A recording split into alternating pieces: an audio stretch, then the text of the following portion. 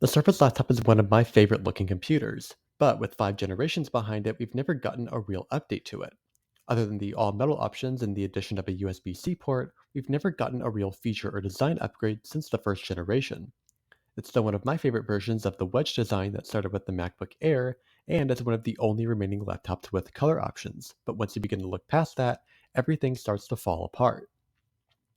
When you first open up any generation of the Surface laptop, the first thing you're probably going to notice is the bezel. I know the bezel argument tends to be very heated and divided among people because some prefer larger bezels because it makes using touchscreens easier, while others prefer smaller bezels because it makes devices look sleeker while also reducing their size and weight. As someone who falls into the latter category, I just can't help but frown upon how thick the bezels are on the Surface laptop. They're basically no thinner than they were on the first generation, and with laptops already trending toward thinner and thinner bezels, the Surface just sticks out like a sore thumb. Not only that, but the extra space in the 15-inch model isn't even taken advantage of.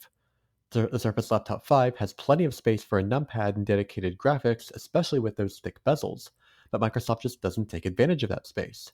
Instead, it's basically just a blown up version of the 13.5-inch model. Even Apple at least puts better speakers in its larger models to take advantage of that extra space. Also, after the release of the Surface Laptop Studio, the Laptop 5 would have been a great opportunity for Microsoft to give it the haptic trackpad, 120Hz display with rounded corners, and a magnetic dock for the Surface Pen Slim from the Laptop Studio. But unfortunately, none of that happened. For a laptop that costs more than a MacBook Air, it would have been great to see Microsoft add features like this, especially since most of these are available on the Surface Pro 9. But all this gets worse when you realize that the Surface Laptop Go, Microsoft's budget laptop, is actually a better looking laptop than the full size version. It has slimmer bezels, and the display has rounded corners, and everything feels like it just takes advantage of its smaller size. Meanwhile, I wouldn't even really call the Surface Laptop 5 a midpoint between the Laptop Go and the Laptop Studio.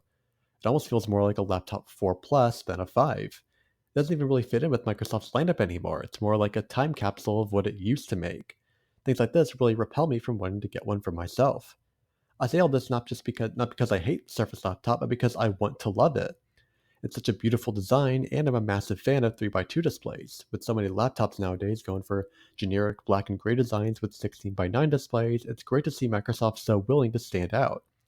But without a proper update since the first generation, it's still basically a 2023 laptop that's still living in 2017. And if the rumors about the Surface Laptop 6 having minimal changes over the Laptop 5 are true, then it may be a while before Microsoft finally gives it the refresh it desperately needs. This next question I have for you guys is, would you buy a Surface Laptop in its current state, or would you wait for a visual refresh? Leave a comment, let me know your thoughts.